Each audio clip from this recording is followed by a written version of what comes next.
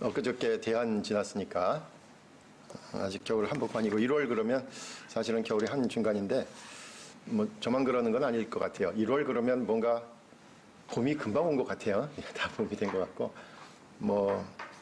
무언가 이제 올해는 무엇을 심을까 생각하니까 벌써 가슴이 뛰고 빨리 심어서 또 이제 식물을 키워야 되겠다라는 생각을 하게 됩니다. 그래서 작년에 받아놨던 씨앗도 정리하고 겨울에 지금 밖에 있는 것들은 잘 살고 있는지 계속 살피게 됩니다. 오늘 사실은 성경에서는 지난주에 이어서 사도 바울이 하나님의 의로움 또는 하나님으로부터 난 의를 어떻게 성취하느냐, 그래서 그 성취하는 방법에 대해서 어느 정도 해야 되느냐라는 이야기를 하고 있습니다. 바울 자신의 현재 신앙 상태를 얘기하고 있고 또 앞으로의 계획을 표현하고 있는 것이죠. 우리가 지난 시간에 하나님의 의로움 또 하나님께로부터 난 의는 용서로부터 시작됐다라는 것을 잊지 마시라고 제가 말씀드렸고요. 또 이것은 하나님과의 새로운 관계를 의미한다. 결국 예수 그리스도를 통해야 한다는 것을 이야기했습니다.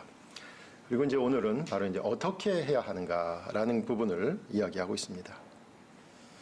말씀드린 바와 같이 하나님의 의로움은 단적으로 그리스도를 통한 하나님과의 새로운 관계로 들어가는 것입니다. 그렇게 하나님의 의로움을 닮아가는 것이죠. 그렇다면 과연 언제 우리가 하나님의 의로움을 온전히 반영할 수 있을까요? 과연 언제 우리가 생각하는 것, 말하는 것, 행동하는 것 모든 것이 하나님의 뜻에 온전히 합당한 삶이 될 수 있을까요? 그리고 어떻게 예수 그리스도를 따른다고 하는 것이 말로만이 아니라 우리의 삶 전체를 통해서 가능할 수 있을까요? 우리 자신을 돌아볼 때도 그렇고 주위를 둘러봐도 예수 그리스도를 닮은 사람은 없는 것 같고, 그런 사람이 있다고 해서 알아보고 따라가보고 가까이 가보면 또 다른 실망만 안고 돌아온 적이 부지기수입니다. 그래서 이제는 대놓고 결코 예수 그리스도를 닮은 사람은 없어! 라고 말하게 되었습니다. 그래서 신앙생활을 오래 하면 할수록 점점 더 냉소적으로 변하게 된 것이죠. 그런데 오늘 본문은 여전히 그렇게 완전한 모습을 주위에서도 그렇고 자기 자신에게서 볼 수 없지만 바울은 우리처럼 비관적이지 않습니다. 염세적이지도 않고 오히려 감옥 밖에 있는 사람들에게 긍정적인 신앙을 유지하라고 강권하고 있습니다. 오늘 내용은 단순히 조언하는 것이 아니에요. 그 쓰여진 동사들을 가만 보면 자신의 몸은 갇혀 있지만 그의 마음은 더욱 뜨겁고 더욱 적극적이며 더욱 낙관적인 생각을 갖고 있다고 선포하고 있는 것입니다.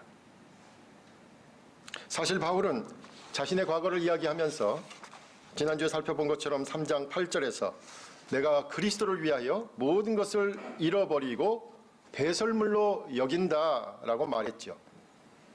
예수 그리스도를 위해 모든 것을 내려놓았습니다. 그리고 이제 하나님께서 원하시는 일, 예수 그리스도를 통해서 하나님의 의로움의 온전한 상태로 나아가려고 했다는 것이죠. 그렇게 온갖 노력을 다해서 나갔는데 오늘 12절에 보니까 이렇게 말하고 있어요. 내가 이미 얻었다 함도 아니요 온전히 이루었다 함도 아니라. 다시 말해서 바울은 자신의 현재 상태를 부정문으로 표현하고 있습니다. 자신은 전혀 완전하지 않다는 것이죠. 자신이 평생 중요하게 생각했던 것들을 포기하고 자신의 명예를 내려놓고 그리고 지금은 감옥에 갇혔는데도 정작 자신이 목표로 한 것에는 이르지 못했다라고 부정적인 평가를 내리고 있습니다. 바울이 지금 자신이 목표로 하는 신앙, 즉 예수 그리스도를 통해 하나님의 의로움에 도달하는 것에 이 온전함, 또 완전함이라는 단어를 사용했는데 사실은 이 온전함, 완전함이라는 단어는 구약의 유대교에서부터 목표로 하고 있었던 신앙인의 목표입니다. 구약의 신명기 18장 13절에는 단적으로 이렇게 명령합니다. 너는 내 하나님 여호와 앞에서 완전하라. 모세가 유언으로 준 신명기에 따르면 광야 40년의 생활을 끝내고 이제 요단강을 건너서 새로 들어갈 가나안 땅에서 다른 민족과는 구별되게 다르게 살라라는 의미에서 완전하라라고 명령했습니다. 구약에도 이미 완전하라는 명령이 최고의 명령어이죠. 그런데 신약에서도 아마도 마태복음은 유대인들을 염두에 둬서 그랬을까요? 마태복음 5장 48절에서 예수님께서 이렇게 말씀하십니다. 그러므로 하늘에 계신 너희 아버지의 온전하심과 같이 너희도 온전하라 라고 말씀하셨습니다. 특별히 이 산상수훈에서 예수님께서 말씀하신 이 온전하라 라는 것은 율법, 구약의 율법에서 정한 것보다도 더 완전한 삶을 살라. 그러니까 구약에 완전하라는 것도 이거 어떻게 완전할 수 있냐 이렇게 의문심을 갖게 하는데 예수님은 거기다 하나 더 얹어서 그것보다도 더 완전하라는 의미로 마태복음에서는 이렇게 얘기하죠. 화를 내는 것, 간음하는 것, 이혼하는 것, 맹세하는 것, 원수에 대해서 더 철저하게 구약의 율법보다도 더 높은 경지로 그렇게 살라는 뜻에서 온전하라 이렇게 말씀하셨어요. 구약도 그렇고 신약도 그렇고요. 바울은 그런 의미에서 온전하다 완전하라고 스스로 말하는 사람들이 주위에 있다는 걸 알고 있었습니다. 오늘 15절에 그렇게 나오죠. 그러므로 누구든지 우리 온전히 이룬 자들은 이렇게 생각할지니. 고린도 교회에 보내는 첫 편지에서 고린도전서 2장 6절에서도 이렇게 얘기합니다. 그러나 우리가 온전한 자들 중에서는 지혜를 말하노니 이는 이 세상의 지혜가 아니요 또 이 세상에서 없어질 통치자들의 지혜도 아니요 라고 말합니다. 다시 말해서 실제로 스스로 온전하다고 완전하다고 생각하는 사람들이 있었다는 것이에요. 그리고 그러한 사람들을 스스로 지혜롭다고 생각했던 것이죠. 그러니까 어떤 의미에서는 이 온전하다 완전하다라는 말이 긍정적으로도 쓰이고 또 부정적으로도 바울은 쓰고 있습니다.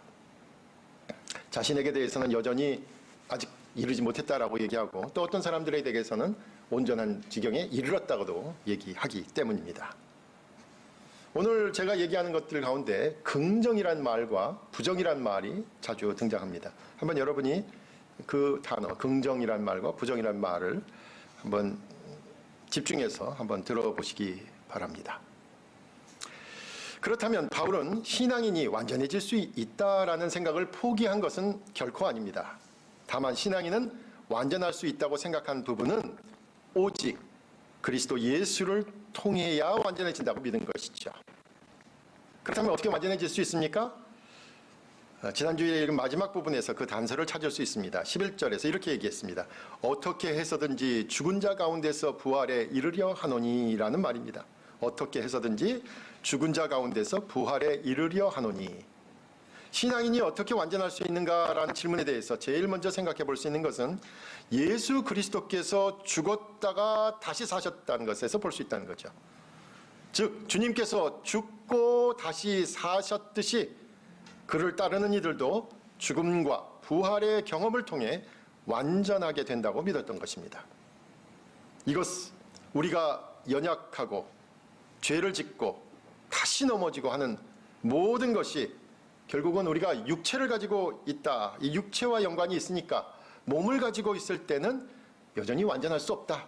몸을 통해서 유혹이 오고 또 그것 시험이 오고 결국 이것 때문에 넘어지니까 육체를 갖고 있는 이상 죄를 계속 지을 수밖에 없고 죄를 계속 지으니까 온전 완전 이런 말은 생각할 수도 없다. 이게 저나 여러분이나 상식적으로 갖고 있는 생각이죠. 그래서 바울도 로마서 7장 24절에서 이렇게 한탄하잖아요.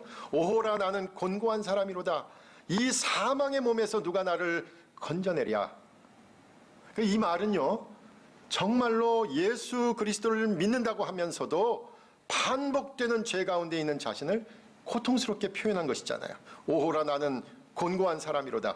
이 사망의 몸에서 누가 나를 건져내랴. 이 말은 분명히 몸과 육체와 관련이 있다 이거예요. 죄는. 그렇죠. 그런데 그 육체의 한계와 죽음을 이기신 주님이 계시니까 우리도 육체의 한계를 완전히 극복할 수 있다라고 믿는 것입니다. 예수 그리스도처럼 우리도 완전해질 수 있다는 기대와 전망을 가질 수 있게 된 것이죠. 그리고 그 부활하신 주님께서 다시 오실 때 우리 모두는 진정으로 완전해진다라는 사실을 받아들이고 있는 것입니다.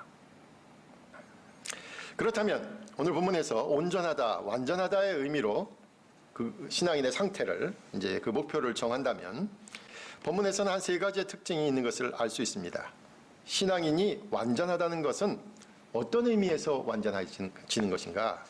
첫째는 이 완전함은 신앙의 과정을 통해서 이루어진다라는 것입니다.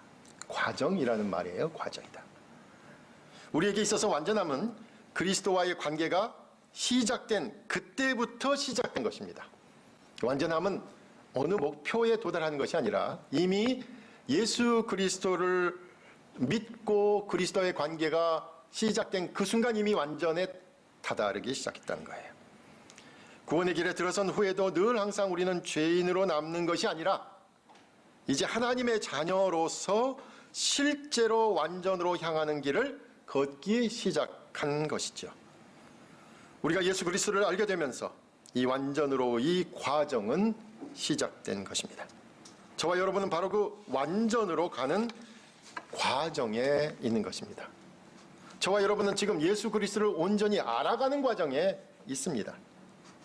처음에는 누군가의 전도로 들었고 어느 순간에 그 말씀의 씨앗이 각자의 마음에 남아 싹을 틔웠고 지금은 그 복음이 자라고 있는 것이죠. 우리 중 누군가는 아름다운 꽃을 피우기도 하고 있고요. 누군가는 신앙의 열매를 맺기도 합니다. 이 모든 과정, 그 가운데 우리가 있습니다. 그런 의미에서 우리는 주님의 의로움을 성취하여 나아가고 있습니다.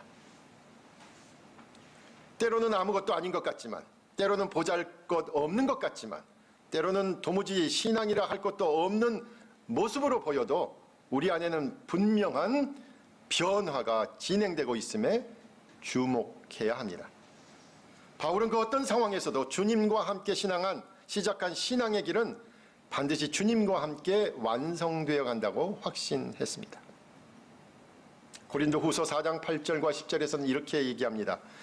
우리가 사방으로 우겨쌈을 당하여도 쌓이지 아니하며 답답한 일을 당하여도 낙심하지 아니하며 박해를 받아도 버림받지 아니하며 거꾸로 뜨림을 당하여도 망하지 아니하고 우리가 항상 예수의 죽음을 몸에 짊어짐은 예수의 생명이 또한 우리 몸에 나타나게 하려 함이라. 주님과 함께하면 그 어떤 상황에서도 우리는 예수 그리스도의 생명이 있는 것입니다. 그리고 그 그리스도의 생명이 있는 한 우리는 실제적으로 영적으로 살아있는 것이고 단순히 생존하는 것이 아니라 정말로 성장하고 있는 과정에 있는 것입니다. 그리고 성장하고 있기에 분명히 저와 여러분은 온전과 완전을 향해 가고 있는 것입니다. 바로 이 신앙의 역동적이고 성장하고 성숙하는 과정을 설명하기 위해서 아직 이루지 못했다는 표현과 함께 이미 이루었다라는 표현을 병행해서 사용하고 있는 것이죠. 12절에 오늘 이렇게 얘기하죠. 오직 내가 그리스도 예수께 잡힌 바 된 그것을 잡으려고 달려가노라. 여기서 우리 목표가 분명합니다. 표현이 이제 수동형으로 돼 있어서 내가 그리스도 예수께 잡힌 바 된 그것, 이 의미는 예수님께서 나를 사로잡으신 이유와 목적 이런 뜻이죠. 주님께서 왜 나를 사로잡으셨을까? 그 목적이 뭘까? 바로 그것 때문에 예수님께서 우리를 사로잡은 그 이유와 목적. 이 뒤에서는 표대라는 말로 표현이 되어 있는데 그것은 바로 하나님의 의로움, 완전하심, 결국 예수 그리스도의 사역을 완전히 이해하고 받아들이며 따르는 것이겠죠. 바로 그 목적을 향해 자신은 달려가고 있는 과정에 있다는 것입니다. 그렇다면 분명한 것이 있습니다. 완전함은 상태를 나타내는 말이 아니라는 것입니다. 완전함은 과정을 설명하는 동사로서 작용한다는 말입니다. 문법적으로는 온전하다, 완전하다는 상태를 나타내는 형용사로 표현되지만 실제적으로는 온전하라, 완전하라, 완전을 향해 나아가라는 말로 생각과 행동과 삶의 변화를 촉구하고 있기 때문입니다. 완전할 수 없으니까 포기할 것이 아닙니다. 아주 신앙적으로 아주 겸손한 것 같은 표현이에요. 우리는 여전히 죄를 지을 수밖에 없습니다. 그럴 수밖에 없잖아요. 이렇게 아주 겸손한 표현을 하면서 포기하는 거야. 더 나아갈 방향으로 가지도 않는 거죠. 완전할 수 없으니 포기할 것이 아니라는 거예요. 우리는 그 완전함을 향해서 가고 있습니다. 아니, 가고 있는 과정에 있습니다. 그리고 그 과정의 끝은 바로 하나님과의 완전하심과 의로움에 닿는 것입니다. 그리고 그리스도와 완전히 하나가 되는 것입니다. 과정이라고 말씀드렸습니다. 첫째는. 두 번째는 온전함, 완전함을 위해서 뒤에 있는 것을 잊어버리는 것이 필요합니다. 13절에서 바울은 뒤에 있는 것은 잊어버리고 라고 분명하게 말하지요. 바울이 뒤에 있는 것으로 말하는 것은 뭘까요? 뒤에 있는 것을 잊어버리고. 분명히 바울은 염두에 두고 있는 게 있어요. 그것은 우리가 앞부분에서 지난주에 살펴본 것처럼 자신이 유대교에서 추구하던 것들이죠. 자신이 유대교, 즉 율법의 의로 여겼던 것들입니다. 태어나면서부터 할례를 받았습니다. 자라면서 율법을 완전히 지켰다라고 자부심을 갖고 있습니다. 그 열심이 지나쳐서 오히려 교회를 박해했던 자신의 모습이지요. 유대교의 시각에서 보자면 가장 완전하다고 생각하던 것이었습니다. 그런데 이제 율법의 의로 생각하던 완전함은 결코 아니라는 것을 깨닫게 된 것이고, 이 율법의 의로는 하나님의 완전하심에 도달할 수 없어서 이 율법의 의, 지난 자기 뒤의 것들, 과거의 것들로 잊어버린다라고 얘기합니다. 바울은 그 모든 것을 해로 여기고 배설물로 여긴다고 고백합니다. 바울은 그런 의미에서 과거에 자신이 이루어 놓았던 것을 내려놓은 것이죠. 자신이 그토록 철저하게 노력했던 생활을 바꾼 겁니다. 아니, 더 나아가 다른 사람들 가운데 행여 자신의 생각에 맞지 않으면 잔인할 정도로 자신의 생각을 강요하고 몰아붙이던 그 태도를 바꾼 것입니다. 그런 의미에서 우리도 신앙의 온전함, 완전함, 성숙함으로 나아가는 과정에 과거에 잘못된 것을 내려놓아야 합니다. 특히 잘못한 것들, 허물도 잊어야 되겠죠. 때로는 기억하고 싶지 않은 일들, 떠올리고 싶지 않은 사람들, 과거에 자랑이 되었건 또는 허물과 관련이 있는 장소나 시간도 잊을 필요가 있습니다. 그렇다면 역사를 통해 배우는 거 있지 않습니까? 물론 역사를 공부하는 목적은 있지요. 우리가 온고이 지신이란 말, 옛것을 익힘으로 새것을 알 수 있지요. 그런 의미에서 역사로부터 배우는 것은 당연한 인간의 지혜입니다. 그러나 분명한 것은 과거는 그런 의미에서 선형되는 것이지 단순히 반복되는 것은 아니라는 점을 알아야 합니다.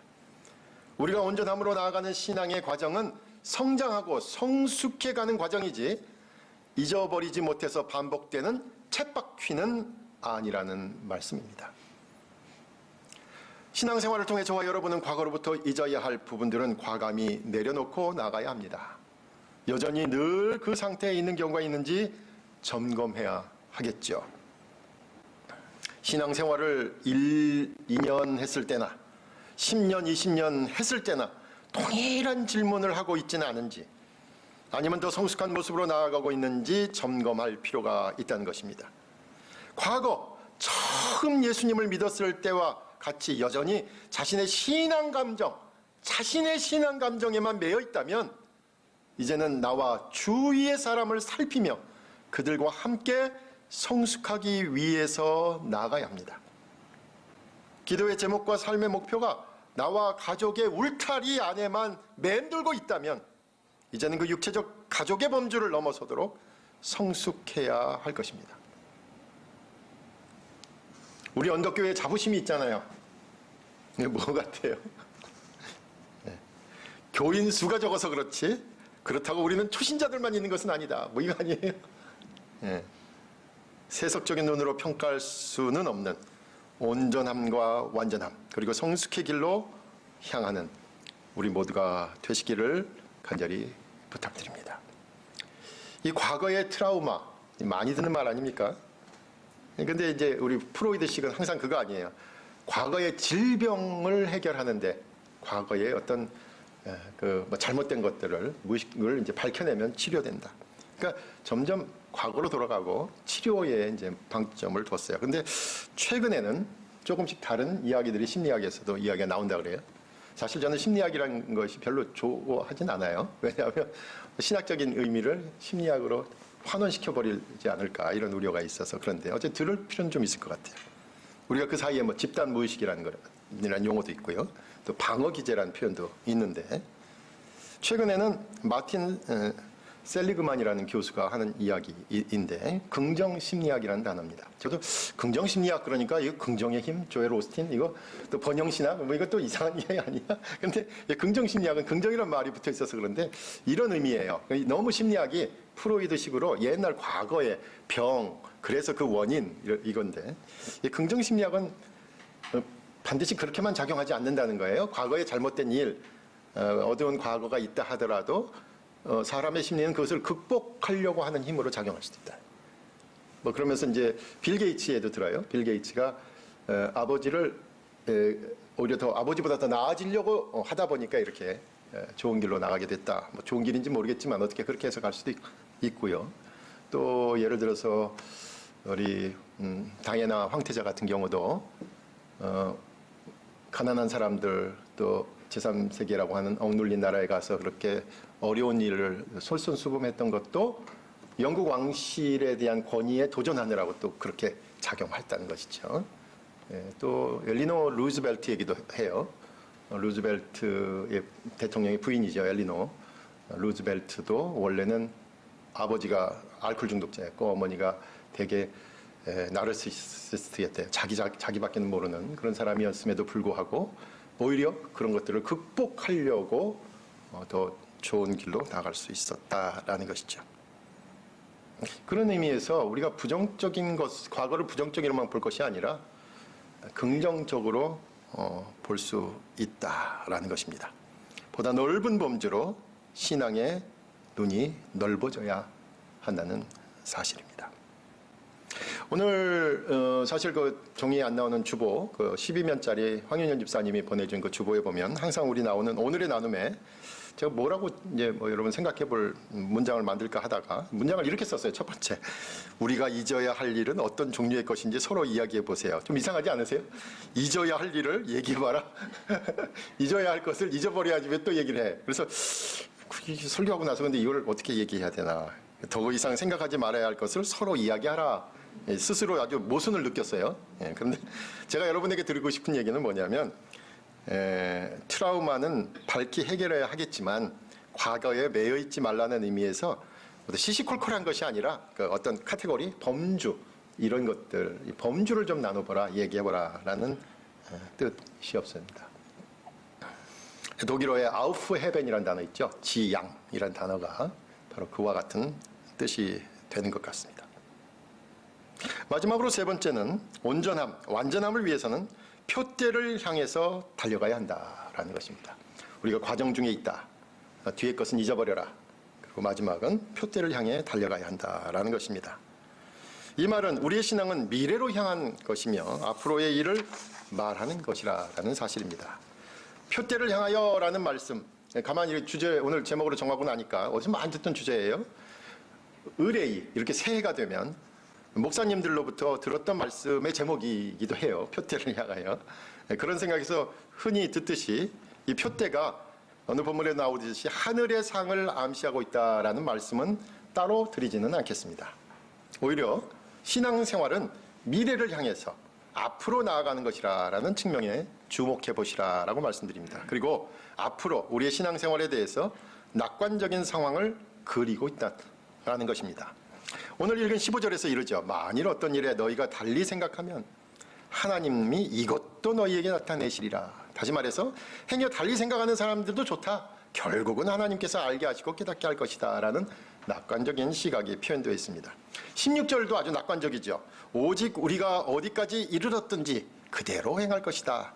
관성이 있다는 거예요. 자전거 한번 타면 쭉 가듯이 관성이 있다라는 거예요. 모르는 사람은 알게 되고 어느 지점에 있든지 결국은 계속 나아갈 것이다 라고 말하고 있습니다. 그 이유는 아주 분명합니다. 우리가 신앙생활에서 온전하고 완전함, 성숙함으로 나아가는 궁극적으로 그 동기를 부여하고 이끌고 결국은 목적지에 서도록 하실 분은 바로 하나님이시기 때문에 그렇습니다. 하나님이 이 모든 것들을 주관하시기 때문에 가능하다는 거예요. 온전함, 완전함, 성숙함, 이 말하는 것은 마치 인간을 낙관적으로 보고 있는 것처럼 착각을 할 수 있죠. 그런데 인간에 대한 낙관론이 아니에요. 하나님의 은혜에 대한 철저한 낙관론이에요. 하나님이 그리하실 거다는 거예요. 우리가 그리할 수 있다는 뜻이 아니라. 오늘 본문에서 저의 마음을 끌었던, 시선을 끌었던 단어는 바로 달려가다라는 단어입니다. 두 번이나 나와요. 달려가다. 12절과 14절에서 반복해서 달려간다라는 말을 하고 있습니다. 여러분, 달려가는 상황을 생각해 보세요. 분명히 동적인 의지와 갈급한 상황을 표현하는 것 아닙니까? 지금 자신은 감옥에 갇혀서 꼼짝도 하지 못하면서 역설적으로 자신은 달려간다라는 말을 하고 있어요. 그가 신앙의 일을 생각할진대 감옥에 갇힌 상황과 처지와 조건은 결코 장애물이 될 수 없다는 것입니다. 오히려 뛰어넘을 수 있는 경주의 내용이 될 수 있다라고 말하고 있습니다. 달린다라는 표현은 아주 적극적인 표현이죠. 달리는 사람은 뒤를 돌아볼 틈이 없습니다. 그만큼 간절하다는 것이고 긴박하다는 것입니다. 그리고 신앙의 목표를 향해서 달리는 것이니 그만큼 열정이 있다는 것이죠. 걷는 것이 아니니 그만큼 기쁘게 그리고 앞으로 나아간다라는 것입니다. 달린다라는 표현을 또 생각해 보니까 마치 돌아오는 아들이 멀리 보이지 않을 때에 애를 태우며 기다리던 그 아빠의 마음으로 그만큼 오래 기다렸기에 간절한 마음으로 신앙생활을 한다라는 것입니다. 혹시 아시는 분은 계실지 모르지만 달린다? 이 표현이 한때는 잡혀서 체포된다는 뜻이 있기도 했습니다. 언뜻 생각해 보니까 타는 목마름이라는 표현처럼 달린다라는 것은 간절하다는 것을 읽어야 할 것입니다. 표대를 향해 달리는 모습을 골로새서 3장 1절에서도 그렇고 오늘 본문에서도 그러므로 너희가 그리스도와 함께 다시 살리심을 받았으면 위의 것을 찾으라 라고 말씀으로 표현하고 있습니다. 위의 것. 제가 우연히 보게 된 한 원리가 있습니다. 그것은 디오니시오스라는 중세 영성가입니다. 이 사람의 이름이 디오니시오스인지 아니면 디오니시오스라는 이름으로 썼는지 그래서 위자를 붙이기도 해요. 슈도 디오니시오스라는 사람인데요. 어쨌든 자기는 디오니시오스라는 이름으로 썼어요. 이분은 바로 영성가인데 이런 표현을 쓴 거예요. 아래로 향하는 원리는 긍정의 원리다. 그런데 위로 향하는 원리는 부정의 원리다. 라는 것입니다. 아래로 향하는 원리는 하나님께서 우리에게 다가오는 것은 긍정적인 원리였습니다. 바로 하나님은 선하시다. 하나님은 의로우시다. 하나님은 사랑이시다. 라는 긍정적인 원리입니다. 그런데 우리가 하나님께로 나아가는 위로 향하는 원리는 부정의 원리라는 것입니다. 왜냐하면 하나님은 우리가 생각하거나 묘사할 수 있는 모든 것과는 다른 존재이기 때문이죠. 우리가 생각하는 것보다도 더 좋으신 분, 우리가 설명할 수 있는 것보다 더 큰 존재이기 때문에 그렇습니다. 따라서 하나님은 우리가 말할 수 있는 모든 것을 넘어선다는 의미에서 부정적으로 접근할 필요가 있다는 거예요. 우리가 하나님은 인식할 수 없는 분임을 아는 것, 즉 우리의 생각과 사고의 한계를 인정하는 순간 이 부정의 원리를 통해서 하나님께로는 더 가까이 가게 된다는 것입니다. 그러므로 신앙생활 전체를 할 수는 없죠.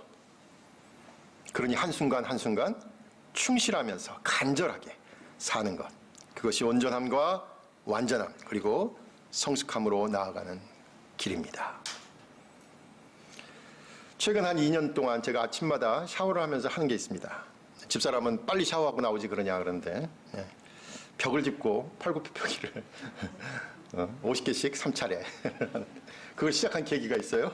우리 자리에 계시는데 우리 백승호 집사님하고 뭔 얘기를 하다가 워낙에 이제 자기 관리를 잘 하시는 걸로 알고 있어가지고 어떻게 운동을 해야 되냐 그랬더니 하루에 팔굽혀펴기 한 개만이라도 하라. 우선 하루에 한 개만 하라. 그러면 되는데 그거 안 하는 것보다 낫다. 그 말을 들은 이후로 저는 매일 샤워할 때, 샤워 안 할 때는 안 해요. 샤워할 때는 안 하는 것보다 낫겠지. 하루에 한 개. 오늘 본문을 통해 우리는 신앙생활은 목적을 향해 나가는 과정인 것을 알게 되었습니다.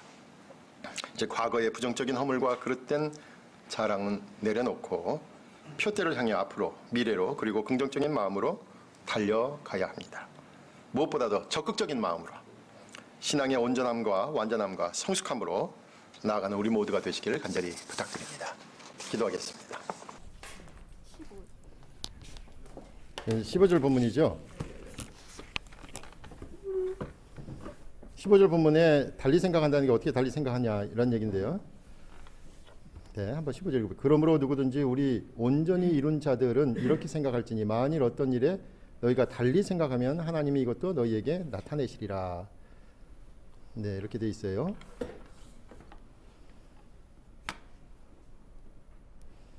예, 근데 사실은 이제 달리라고만 돼 있어가지고 구체적으로 달리는 어떻게 될지 모르겠는데 아마 앞에서 얘기한 완전함이라든지 하나님의 의에 온전히 이루었다라는 데에 대해서 좀 달리 생각하는 사람들이 있을 수 있을 것 같다는 생각을 한 것 같아요. 저는 오히려 그 각도에서 오늘은 본문을 봤거든요. 그래서 흔히들 이제 사실은 제가 그 얘기를 안 했습니다만은 크게 이제 우리 개신교회 이제 두 줄기의 이제 신학적인 해석이 있어요. 그 하나는 뭐냐면 저는 오늘 이제 한쪽의 얘기를 좀 많이 했어요. 이른바 웨슬리안의 입장에서 이제 오늘 많이 얘기를 했고요. 사실 이제 그 칼빈주의적인 입장은 여전히 죄인이니까 우리는 죄를 지을 수밖에 없고 뭐 완전이란 얘기는 꺼내지도 마라 뭐 이렇게 얘기를 하는 경향이 있는데 저는 오늘은 이제 한쪽의 얘기를 좀 하려고 했습니다. 그래서 좀 그런 의미에서 좀 달리 생각할 수 있다. 뭐 여기는 웨슬리도 나오고 칼빈도 나온 건 아닙니다만 어떤 이들은 또 이거를 사실 15절을 이거 유대인들의 율법적인 이야기 아니겠느냐. 그래서 사실은 앞에서 바울이 개라고까지 표현했고 배설물로 여긴다라고 생각했는데 그 사람들의 생각이 또 빌립보 교회 안에 스며들어서 여전히 율법을 강조하는 사람들을 의도하고 있는 건 아니냐 이렇게 해석하기도 했더라고요. 그래서 요즘 달리는 구체적으로 명기하기는 어렵지만 본문 안에서는 유대주의자들이 아니겠느냐 이렇게 생각하는 해석이 있었던 거 제가 본 기억이 있습니다. 답변이 되셨나요? 저도 한 가지 그 목사님 설교 말씀을 들으면서 그리스도의 성장, 성숙에 대해서 이제 말씀하셨는데 아마도 이제 전인적인 성장, 성숙이라고 봐야 될 것 같은데 말씀드리면서 이제 그런 생각이 들었어요. 그러니까 저는 예를 들면 이제 제가 과연 10년 전 또는 5년 전 또는 1년 전에 비해서 나는 지금 성장하고 있는 것인가, 성숙하고 있는 것인가 이런 이제 생각이 조금 들었는데 우리가 예를 들면 성장하고 있다는 것을 좀 알 수 있는 어떤 좀 간단한 지표나 이런 게 혹시 있을 수 있을까요? 내가 5년 전, 10년 전보다 내가 성장했다. 예를 들면 그리고 이제 혹시 성장을 위한 어떤 뭐 설교 중에서 간간히 말씀하셨는데 실제적인 좀 전인적인 성장을 위한 실제적인 어떤 지침이나 이런 거를 조금 몇 가지 얘기해 주시면 도움이 될 것 같아요. 그 사실 그 어떻게 지표로 알 수 있으면 좋겠어요. 여러분 차트 나눠드리고 체크해서 몇 개 이상이면 성숙한 겁니다. 몇 개 이하면 아직 뭐 어린아이 단계입니다. 뭐 이렇게 얘기할 수 있으면 참 좋겠는데 이제 저는 그렇진 못하고 오늘 아까 말씀드렸듯이 추상적으로밖에 설명을 못했어요. 아직까지도 내 감정에 좋으면 좋고 내 감정이 싫으면 싫고 내 감정으로만 있다면 여전히 어린아이 아니겠느냐. 이제는 남의 감정을 좀 살피셔야 되지 않느냐. 어? 옆에 있는 사람은 어떻게 생각할지 좀 살피게 되고 내 감정보다는 옆에 있는 사람의 감정에 충실한 다음에 이분이 성숙한 사람이죠. 그런 식의 얘기를 좀 했어요. 여전히 기도를 하는데 항상 내 건강, 내 아이들이 잘 되는 것만 기도하고 있으면 여전히 어린아이죠. 우리 교인들의 어린이들 또 우리 이웃의 어린이들을 위해서 기도할 수 있다면 그 사람 성숙한 사람이죠. 그러니까 이제 그런 식으로밖에는 제가 표현할 수 없었는데 조금은 이제 기도의 대상이나 이런 것들이 좀 넓어져야 되지 않을까 그런 생각을 했습니다.